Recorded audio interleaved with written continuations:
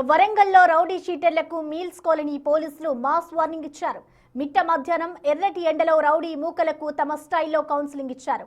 మద్యం మత్తులో నిత్యం గొడవలకు దిగుతూ స్థానిక ప్రజలను భయాందోళనకు గురి చేస్తున్న రౌడీ షీటర్ల భరతం పట్టారు పోలీసులు.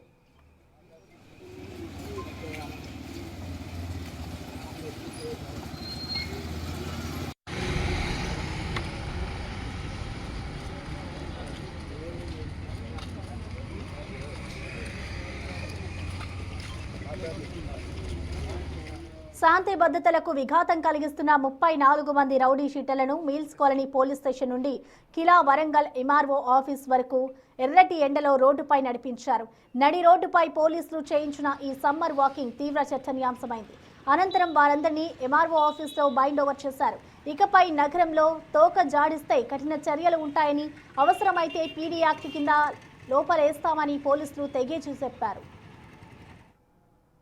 ఈరోజు మన మిల్స్ కాలనీ పరిధిలో ఉన్న Warangal commissionerate Mills colony police station పరిధిలో ఉన్న 34 మంది రౌడీ షీటర్లు ఎంఆర్ఓ గారి ముందు, ఎగ్జిక్యూటివ్ తహసీల్దార్ ముందు మనం బైండ్ ఓవర్ చేయడం జరిగింది. 1 సంవత్సరానికి గాను 1 లక్ష రూపాయల గుడ్ బిహేవియర్ కోసం మనం బైండ్ ఓవర్ చేయడం జరిగింది. ఇప్పటి నుంచి వీళ్ళు ఎటువంటి గొడవలకు పోమని, గొడవలు వద్దు, కుటుంబం వద్దు అని చెప్తూ వాళ్ళు అక్కడికి వచ్చి ఎంఆర్ఓ ముందు ఎస్ఐ పోలీస్ ముందు మాట్లాడడం జరిగింది. దానికి అనుగుణంగానే బైండ్ ఓవర్ కావడం జరిగింది. వాళ్ళు ఇప్పటి నుంచి ఎటువంటి గొడవలకు పోరని ఒకవేళ వెళ్తే మాత్రం కఠినమైన చర్యలు ఉంటాయి. డెఫినెట్లీ ఇప్పుడు రౌడీ షీట్ ఓపెన్ అయింది.